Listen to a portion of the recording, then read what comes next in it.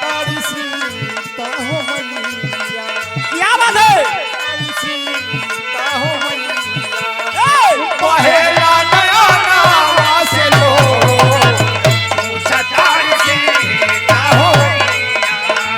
पहला नया नावा से लो पूछा तारी सीता हो मैया। पहला नया नावा से लो पूछा तारी सीता हो मैया। अरे कैसन बात लक्ष्मण देवरवा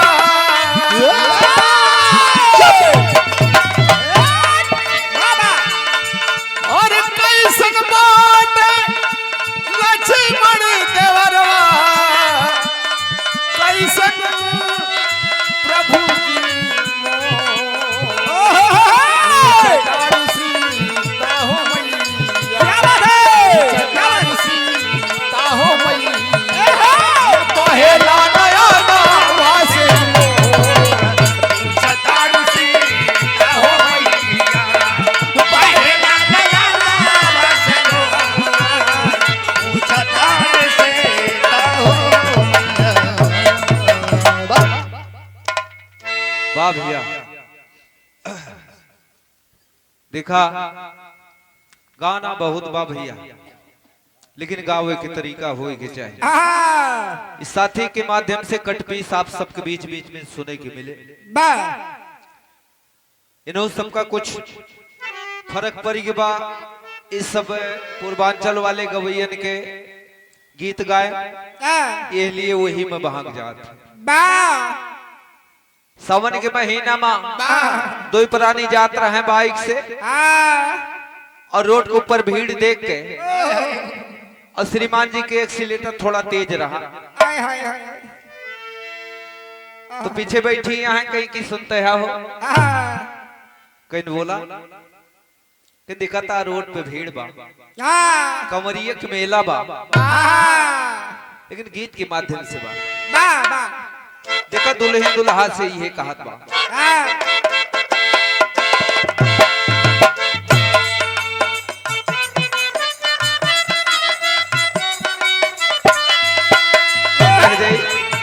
बता दे दुल्हनिया दुल्हा से ये कहा के रोड पे कंवरियन के भीड़ लगल बाका में चलावाते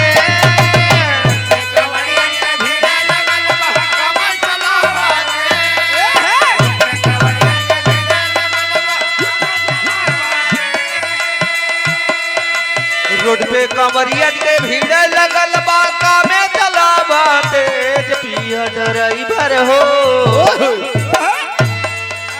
सैया ड्राइवर हो धाक धाक कारे मोरा करे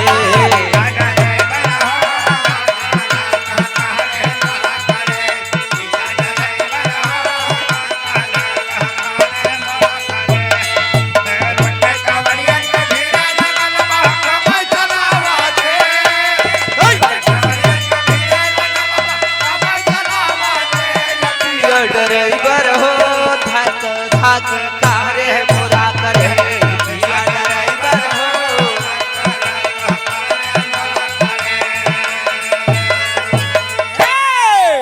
ये ध्वनि यही पूर्वांचल से निकली बाबर का भैया लेकिन बतावे बदे तो काहे गावे के परबे हमारे माई दद्दा के जमाने में जौन गीत रहा जो वह गीत में दम्बा गावे लगा तो नौजवान एक बार मुड़ के सुने लगा पुराने गीत माई हरे गाँव में का गाँव में ज्यादातर तो वही खिचड़ी के अवसर पे बारात आई बा दूल्हा जब खिचड़ी खाए बैठा था तो गाय हमारे आजी रहे इजाला हमारे माई और आजी वही गुरु है भैया संगीत वही से सीखे चालू के तो आजी गावती रहे का गाँव में तेरे नरियरवा की बारी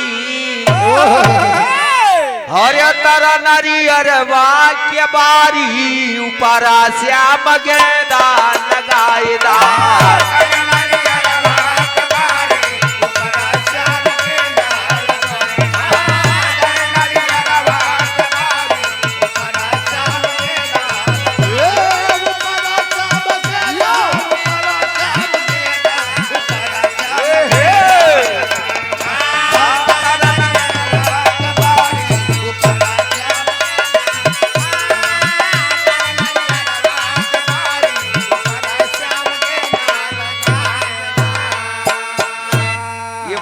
भैया तहाँ जो दहिने पे बैठा है हमारे साथी, ये सोचा था है कंपटीशन करे बदे, लेकिन समय कम बा बाबूजी।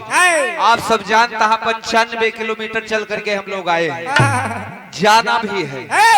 तो भैया समय कम के नाते कम से कम ही भी रहा तो आधा तीहा पहुंच जाए। ये देखा हमारे गुरुजी बिरहा के अंदर में इसी धुन में समारा है। आज चंद्रावली को ताहर की पूरी सेना ने बंदी बना लिया। बेचारी असहाय है, कोई दिखात ना है, बाकी ये बला के इलाज बचा ले। रोवत है, निवेदन करत है, भगवान की याद करते बा। और कैसे भैया, अरे पकड़े बानी चनिरा दैया ओ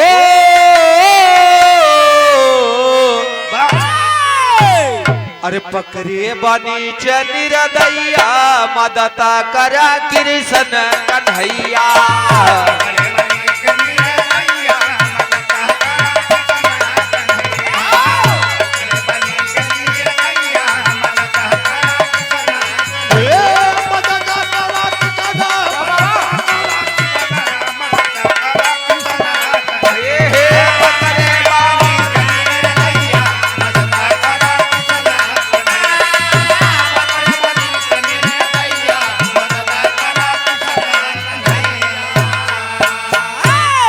अरे हम कल के ताहर दिल्ली का जाए, हम कल के ताहर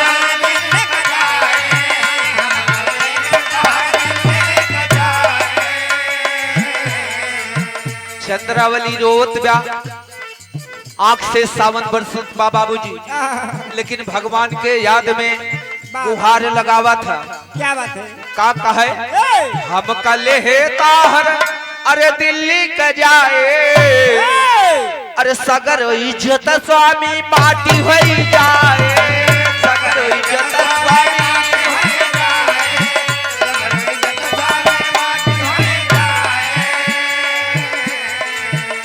अरे दुखवा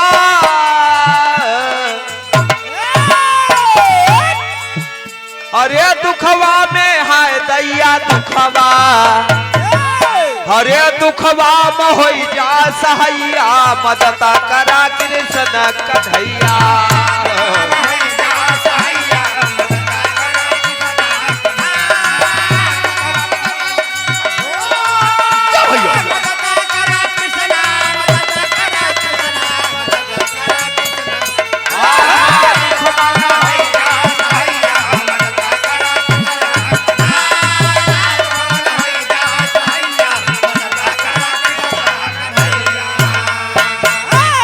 प्रभु हमरे गुहारी तुहिन लाग सकत है, तुहिन इज्जत मर्यादा बचा सकत है, और ना तो गजब हो जाएगा हमारे साथ में।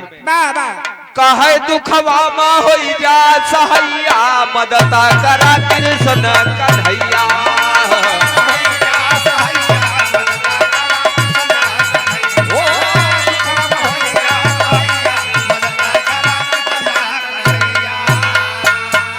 एक चीज सुने है प्रभु, और कहीं कहीं लिखा भी गया है कि ग्राह मारी अरे गजराज उबारे, ग्राह को मारा, ग्रह को मार दिया प्रभु, और जान बच गई गजराज का। कहना है ग्राह को मारी अरे गजराज उबारे, ओ भगतन के स्वामी दुखा सगरो टारे, भगतन के स्वामी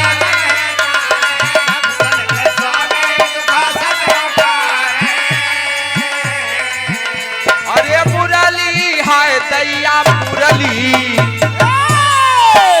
अरे मुरली मधुर बजवैया मदद करा कृष्ण कन्हैया।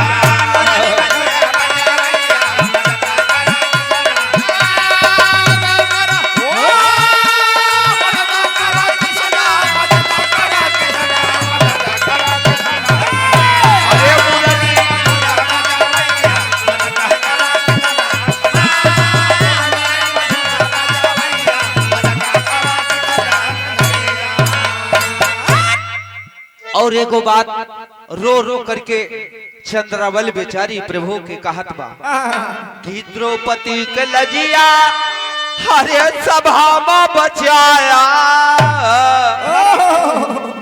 कहा प्रभु ध्यान दा अनाथ हमारी इज्जत माटी में मिल जाए। कहे द्रौपदी के लजिया अरे सभा में बचाया और झूठी बैरा से बारी घर खाया। झूठी बैरा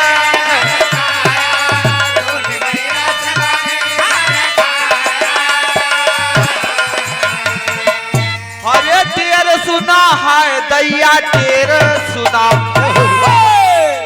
हरे टेर सुना मोर जदुरैया मदता करा कृष्ण कन्हैया।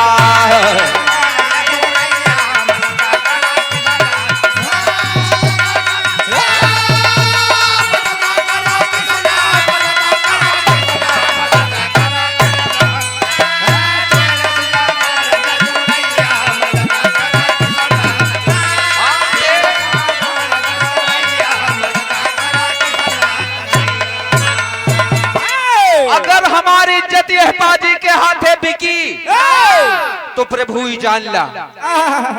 अब लक लजिया अगर ना बचऊबा अब लक लजिया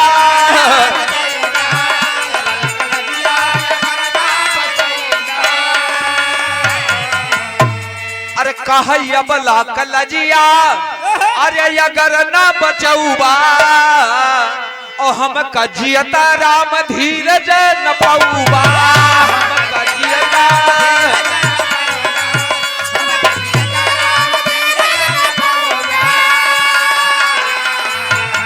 अरे काट लिए बहाय दैया काट ले अरे काट ले बया पना गटैया मदद करा कृष्ण कन्हैया।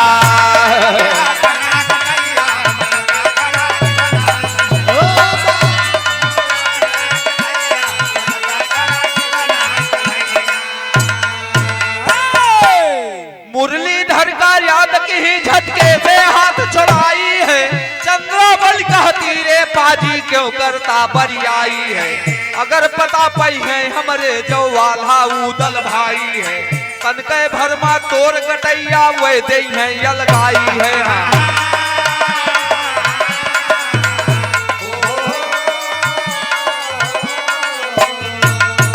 बतिया होती रही इतने माँ पहुंची मलहना माई है। लइके हाथ कटारी ताहर से बोली गुस्साई है। अब हो जा तैयार मार धरती पे दियब गिराई है। माता बेटी दोनों जनी कह देती शुरू लड़ाई है।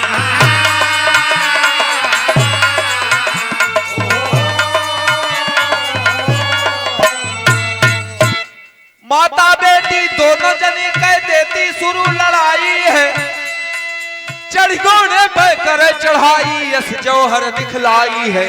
छक्का छूट गवाता हर गए भागे जान बचाई है।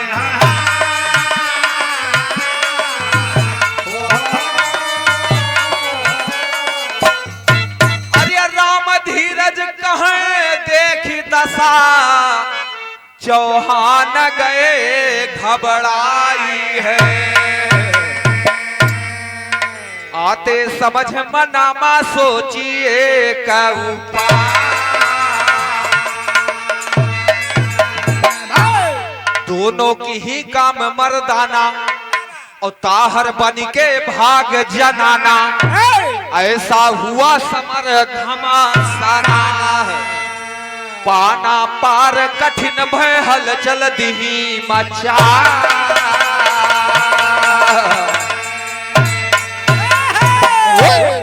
भैया हो आज मतारी बिटिया महोबा नगरी में परचम फहरा दिया। पृथ्वीराज की सेना में हड़कंप मच गए। अरे ताहर अपनी पूरी सेना लेकर के अपन जान बचाए के रणस्थल छोड़ के भाग ले। महोबा के अंदर में खुशी लहराई के बाबूजी मतारी बिटिया के सीना बाबूजी चौड़ा हो गया और खुशियां मनाई जाती बा। लेकिन चौथे बिरहा में कहना है एक लाइन के गीत नहीं बजाए का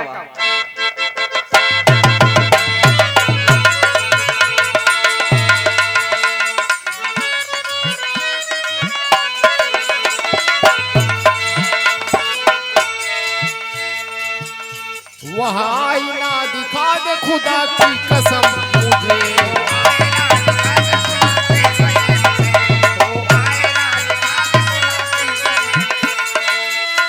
वह आईना दिखा दे खुदा की कसम मुझे दिखा दे खुदा की कसम तुझे, दिखा दे खुदा की कसम तुझे,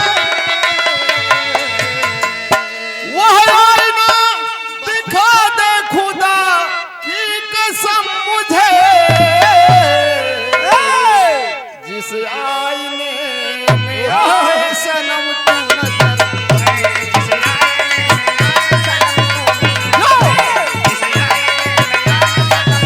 वह आईना दिखा दे खुदा की कसम मुझे दिखा दे सनम की वह आईना दिखा दे खुदा की कसम मुझे जिस आईने में आए सनम तू नजर मुझे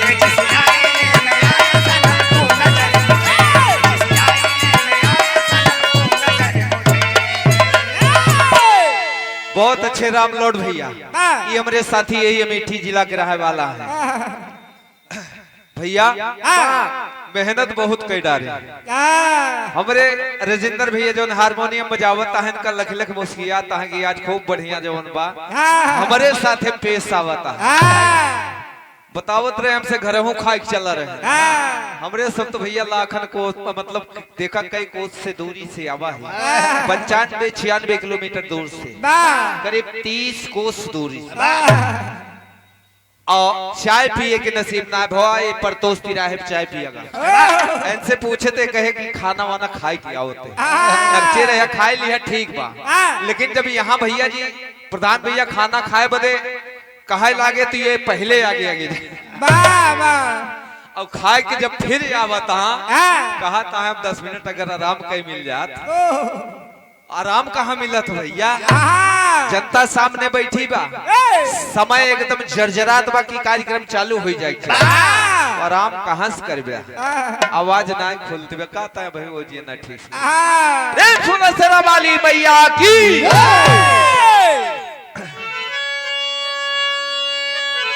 ए महाराज अरे हाँ रुक जा गावे बदे हम दो लाइन के इजाजत ले